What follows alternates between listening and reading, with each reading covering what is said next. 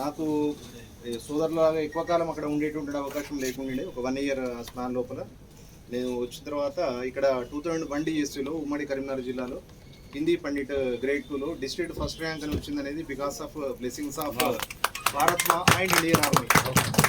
ఆ స్పిరిట్ తోటి నేను ఒక 5 ఇయర్స్ ఇక్కడ ఇదైపోయి మళ్ళీ next JCO RT post apply చేద్దామని చెప్పిన సికింద్రాబాద్ వెళితే కూడా అక్కడ మన కల్నల్ సాబ్ వాళ్ళందరూ ఉండి అబ్బి దేశ్ की सेवा कर रहे इधर आए तो हमारे बीच में एक बन के रहोगे, उधर ही रहे तो हमारा जैसे कई लोगों को बना सकते हैं అంటే అదే ఒక ఆదేశంగా భావిస్తున్నాను. అది ఇంతకుముందు సార్ చెప్పినట్టుగా సమాజంలో అంతా తిన్నామా పడుకున్నామా తెల్లారిందా ఇదే ఒక నిస్త్రాణ వ్యవస్థ తప్ప మరి అక్కడ మన వాళ్ళు ఏం సాక్రిఫైస్ చేస్తున్నారు, కళ్ళు పొడగొట్టుకొని కాళ్ళు పొడగొట్టుకొని.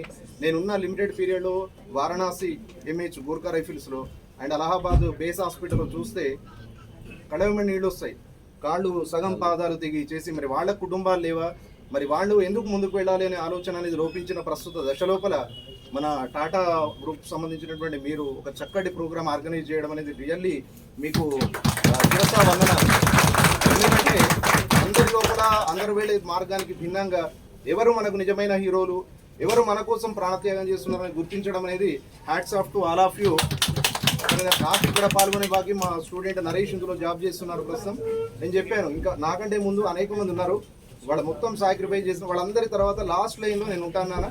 అందరూ అయిపోయినాక నా పేరు చెప్పండి, మేనేజర్ గారు కూడా చెప్పండి, మొత్తం వివరాలు చెప్పిన తర్వాత అప్పుడు వచ్చాను. అందుకే ముందు వెళుతుంటే వెనకాల ఏదో ఒక చిన్న తమ్ముడు వెళ్ళినట్టుగా వాళ్ళతో వెళ్ళడానికి తప్ప no they are very great. మళ్ళీ ఈరోజు సాంబశివరావు గారు అని చెప్పని నాకు ఇట్లనే దైవీవశాత్తు పరిచయమైనటువంటి ఆత్మీయులు కార్గిల్ వార్లో పాల్గొన్నటువంటి రియల్ పేట్రియాట్ EMEకి సంబంధించిన సార్కి అది షెల్లింగ్ లోపల ఈ తొడ కూడా చెక్కుని పోయింది.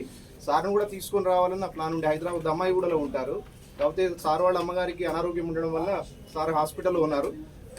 ఆన్ బిహాఫ్ ఆఫ్ సార్ నేను తీసుకున్నానని భావిస్తున్నాను. ఇది thank you very much sir. వారు సార్ చెప్పినట్టుగా టాటా గారు వారికి పాదాభివందనం చేసినా కూడా తక్కువే.